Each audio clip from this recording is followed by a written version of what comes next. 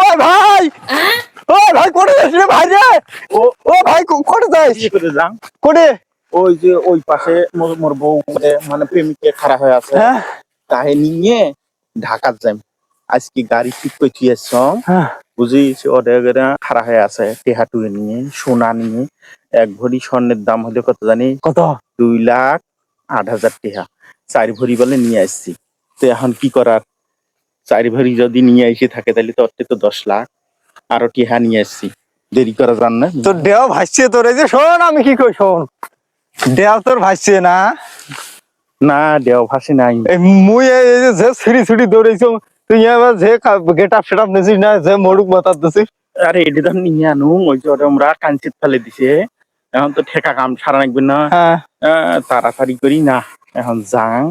যেহেতু আর ওই পাশে খাড়া হয়ে আছে, দেরি করলে সমস্যা। হ্যাঁ। পরে ফিরে আই ফেলে মাইসি টেহা সোনা নিয়ে নিবি। এমনি সোনার দাম বেশি, কাই কই তোর বুদ্ধি নাই? মেলা বুদ্ধি। নিয়ে তো মেলা বুদ্ধি। আরে শোন এই যে শোন আমি কি আরে কই, দেরি হলে মাইসি নিয়ে যাবে। এই শোন তার এই যে এতগুলি কি কবু তোর বউ এত কিছু ধই এসছে, সোনা ধই এসছে, বানা ধই এসছে, টেহা ধই এসছে, একটা মডুক তো কিনে দিবা নাই?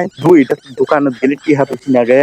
এটা যদি যেটা এই সময় টেহার দরকার আছে, এখন মনে করি যে আমার কাঞ্চির যেটা করি আছে ওদিন নিয়ে আনু, এটি দিয়ে ঠেকা কাম চালাই। আর এটা কিনলে নষ্ট হয় না, এমনি মনে করি যে অবশ্যই হয়। অপচয় হয়। আমি 2-3 হাজার টাকা হালা একদিন না।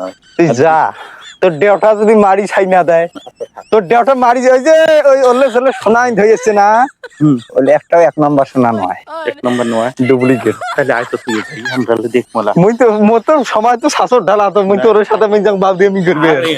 তুই যা সকালে অর্ধেক শোনালে তো ময়, শালা অর্ধেক তোমায়। এই সর, এই কোন বাউরির পাল্লাপ পন্ন, তোর দেহ যদি মারি ছাই না রইছে, যা তুই। দেহ তো ভাই কেমন ভাই বাউ দিয়েছে না ভাই।